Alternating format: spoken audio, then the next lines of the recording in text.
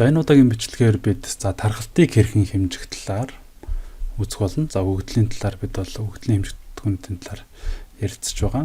За тэгэхээр үүнийг бол англиар measures of variation буюу за хэр тархачаад байгаа нэ өгөгдөл маань ер нь хэр тархалттай юм бэ гэдэг талаар хэдүүлээ үзэх болно. За тэгэхээр бид бол энэ эхний сэдвийг бол үзсэн байгаа. Эхний нэр томьёог бол за эхнийх нь бол range гэдэг томьёо байна. За монголоор бол далайц. За далайцыг олохдоо бол бид нар хамгийн их утгаас нь өгөгдлийн хамгийн бага утгыг нь олоход бол далайц олддог. Ингээд далайц олдож байгаа. Тэгвэл энэ далайц маань за ангийн дүнгээр яриад хэдүүлээд хамгийн ойрхон. За магадгүй нэг их хүүхэд маш муу чалгалтай хоосон өгчлөө гэж бодё. Тэгвэл тэр хүүхэд чалгалтан дээр тийг авна. Нэг үнэхээр танаа ингээд маш сайн одоо сурлагатай хүүхэд байдаг. Тэр хүүхэд шалгалтан дээр 100 өгсөн. Тэгвэл хамгийн их нь 100 бодоод хамгийн бага нь тийг болох юм бол эндээс бол ерөнхийдөө далайц нь танаа ангийн далайц бол 100 болно гэсэн. Өөрөөр хэлбэл бүх хүүхдүүд чинь одоо дүн хитрхи хоорондоо хэлбэлцэлтэй гэсэн үр дүн төрнө. За энэ удаагтаа маш экстрим жишээ байлаа. За үүнээс гадна бас арай гайгүйч гарч ирж болно л та тий. Хүүхдүүд маань ерөнхийдөө дундаж далайц бас гайгүй болдох боломжтой. Тэгвэл саяны миний хэлсэн жишээ шиг зүйл тохиолддог болохоор бид нарт дараагийн хэмжих түвшин бол хэрэг болдог байгаа.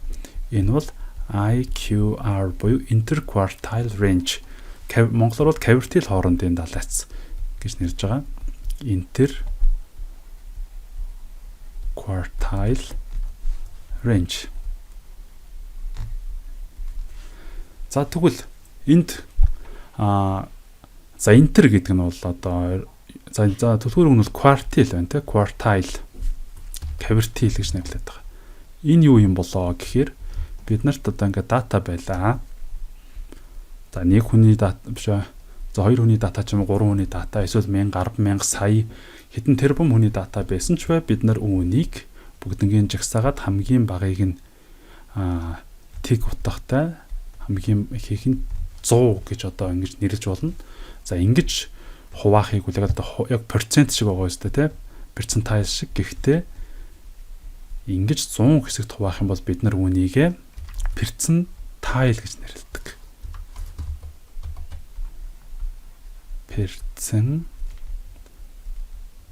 За перцент гэх юм бол те 100 хуваасны нэг. За тэгэхээр ягаад бид нар 100 хуваагаад байгаатай холбоотойгоор энийг бол перцентайл гэж нэрлээд хамгийн багыг нь бол тэг перцентайл, хамгийн ихийг нь бол 100 перцентайл гэж бол нэрлэдэг.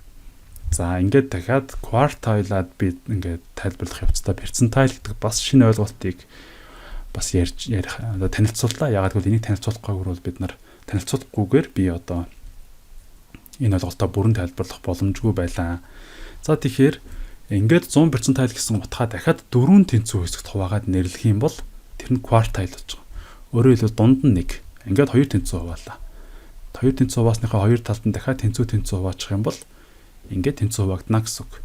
За одоо тэгвэл энэ нь яг хэд перцентайл вэ гэдгийг нь олох юм бол яг дундуур нь хуваачих юм бол энэ P50 болно. 100 хуваасан юм чинь те голынх нь P50 болно гэсэн үг. Тэгэд бүгдийг ирэмбэлцсэн байгаа. Энэ датагаа бүгдийг ирэмбэлцсэн өсөх юм уу? Буурах дараалал ирэмбэлцсэн байгаа болохоор ирэмбэлсэн датаны яг голыг бол бид нар өөрөөр медиан гэж нэрлэдэг. Тэгэхээр P50 бол медиан утга болно гэсэн үг. Дараа нь P тэг болон 52-ын яг дунд утга бол мэдээж P25 болно гэсэн үг. 25 дахь перцентайл болно гэсэн үг. Үүнийг бол 50 102-ын дунд бол 75 дахь перцентайл болно. За ингээд бид нар ингээд 4 хэсэгт хуваачихлаа. Одоо тэгвэл квартайл гэдэг зүйл маань за би ногооноор бичье. За тэг перцентайлтай байгаа үнийг бол тэг квартайл, нэгдүгээр квартайл, хоёрдугаар квартайл буюу second quartile, third quartile and fourth quartile гэж ерөөхдөө нэрлэж байгаа. Тэгэх юм бол ингээд 4 хэсэгт хуваачж байна гэсэн ихнийхэн тэгээр тавьж байгаа. Тэгээд ер нь бол 5Q хэсэгтэй юм тэмдэглэгээ байх нь байна те. За тэгвэл 25 дахь квартайлыг нь юу гэж нэрлэдэг вэ гэхээр lower quartile.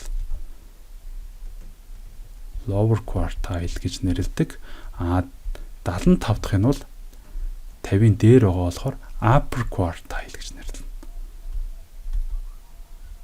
Upper quartile гэж нэрлэдэг.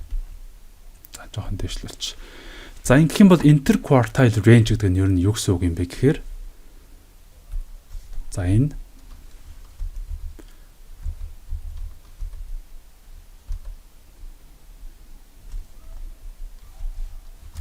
F1 за lower quartile-аас upper quartile хүртэлх энэ хэсгийн range нь ямар юм бэ гэдгийг хэлж байна гэсэн үг. Өөрөөр хэлбэл бид нар interquartile range-ийг Q3-аас буюу 75 дахь перцентайлаас Q1-ийг хасч болдог гэсэн үг. Энэ бол interquartile range болно гэсэн үг. IQ R болно гэсэн үг. Тэгэхээр далайц манд юу нь яаж олдоод байна вэ гэхээр бид нар quartile-аараа илэрхийлэх юм бол Q4-өөс хасах нь Q4-өөс хасах нь Q-тэг гэж олж байгаа гэсэн үг. За түрүүн interquartile яагаад гараад ирвэ гэдэг талаар тайлбарлаж байсан. Тэгэхээр хэрвээ нэг нь л тэг аваад нэг нь 100 авцсан бусд нь 90 эдтэй 80 эдтэй ч юм уу те доотлоосоо 30 эдтэй 40 эдтэй байх юм бол энэ маань тэр утгуудыг энд байгаа утгуудыг эднэрийг игнор доод буюу тоохгүйгээр яг дундаж 50 маань те манай ангийн дундаж 50 маань ер нь хоорондоо хэр зөрүүтэй байгаад байгаа юм бэ гэдэг утгыг олж өгч байгаа. Тэгэхээр энэ нь бол магадгүй илүү одоо хэрэгцээтэй байдаг. За энийг бол бид нар дараагийн статистикийн бодлогууд дээр мөн графикийг хэрхэн унших вэ гэдэг хэсэг дээр бол илүү тодорхой хэдүүлээ үзэх болно. За одоо яг энэ бичлэг дээрээ би үргэлжлээд interquartile дээр хэрвээ бид нар discrete data за өгөгдлийн жагсаалтыг ч юм уу те авсан байх юм бол энэ Q1, Q2, Q3-ыг хэрхэн олох талаар ярилцъя. Дахиад нэгэн жишээ авч үзье. За энэ зарим тохиолдолд жоохон тийм юутай байж болно. Хүндрэлтэй байж магадгүй болохоор энэ талаар ярив. Q-тэг болон Q4 хамгийн бага утга болон хамгийн их утга бол үргэлж ямарч асуудалгүй байдаг те бүгднийг ирэмблээд хамгийн бага нь Q-тэг хамгийн их нь Q4 болно гэсэн үг. За тэгэхээр энд би нэг жишээ авъя. Дата өгдөл жагсаалтаар өглөө гэж бодъё. За шаран гөрвчч. За тоонуудын зүгээр 1 2 3 4 5 6 7 8 9 10 гэсэн ийм өгдөл байна бидэнд. За тэгвэл одоо эндээс эхлээд Q2-ыг алъя. Q2 нь хэд вэ гэхээр 10 өгдөл байгаа юм бол 10 дээр 1 нэмээд 2 дубахаар 5.5.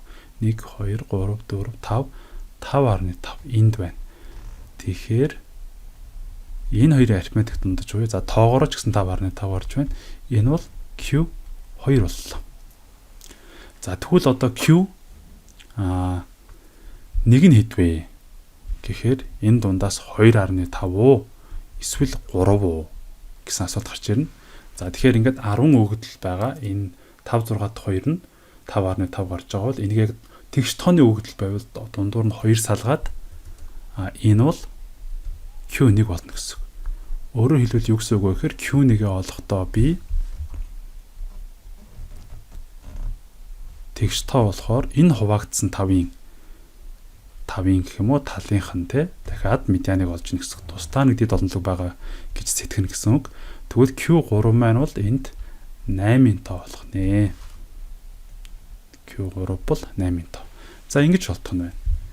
За тэгвэл дараагийн нэг жишээ нь хэрвээ бидэнд 11 ширхэг тоо байвал яах вэ гэж бодъё. За 1 2 3 4 5 6 7 8 9 10 11 ширхэг тоо байна. За тэгвэл 11 дээр нэгийг нэмээд 12 2 туваагаад 6. За 6 дахь тоо маань бол ингээд Q2 буюу медиан маань бол олдлоо.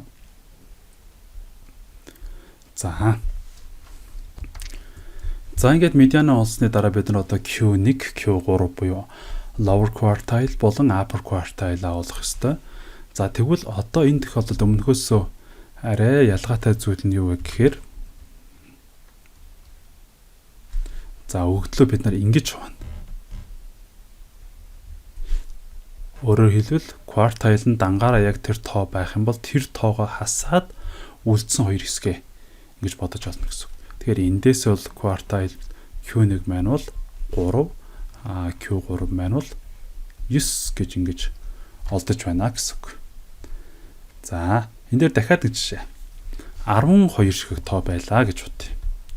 1, 2 өөрөөр өгөгдөл гэсэн үг те. 4, 5, 6, 7, 8, 9, 10, 11, 12 шиг тоо байлаа.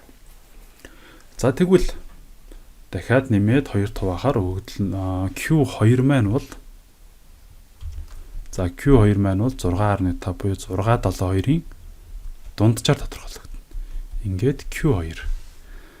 Үүний дараа бол бид дахиад тэгш тоо байгаа юм чинь те 12 тоо байгаа юм чинь 6-6-аар нь дахиад 2 ангилна. 2 хуваагаад олох ёстой. Тэгэхээр энэ хэсэг болон ийм гэсэн хоёр хэсэг болтож байна. Дахиад энэ 6 тооны дундаж гэвэл энэ хоёрын 3-4-2-ын дундаж бол Q1. Эндээс бол 9-12-ын дундаж бол Q3 болох нь. За ийм байдлаар бол бид нар одоо өгөгдлөөс бол Q1, Q2, Q3 нь олно. За тэгээд interquartile range олохдоо бол бид нар Q3-аас нэгийг хаснаа. За энэ жишээн дээр бол бид нар 3 янзын өгөгдөл авлаа тий. 2 тэгш тооны өгөгдөл, 1 сондгоо тооны өгөгдөл. Хэрвээ сондгоо тооных байх юм бол Q2 буюу медиан дунд нь гарч ирнэ. Дунд нь гарч ирсэн тэр тоогоо хасаад үлдсэн хоёр хэсгээс нь дахиад тусдаа өгөгдөл гэж сэтгээд медианууд нь олно. Тэгээд бага талаас нь олсон Q1, их талаас нь олсон бол Q3 болно гэсэн. Сондгоо байгаа тохиолдолд тэгш байгаа тохиолдолд бол шууд голынх нь авчаад дахиад тэгш тооны хоёр олонтгоо хоёр салгаад ямар ч тоог орхихгүй гэсэн үг те. Тэгш болохоор яг хоёр тэнцүү хэсэг хуваагаад тусд нь медианыг нь олно.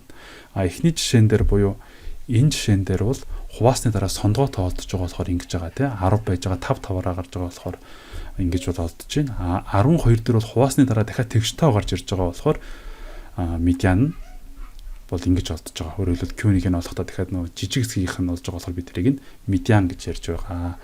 За тэгэхээр бид нар бол ийм байдлаар variation-ыг бол хэмжих нь байна. За үүнээс гадна бол дахиад шинээр үзэж байгаа нэг хоёр variation байгаа. За тэрийг бол би тусдаа бичлэгээр оруулъя. Standard deviation болон variance гэсэн хоёр хэмжигдэхүүний талаар дараагийн хичээлээр үзэх болно.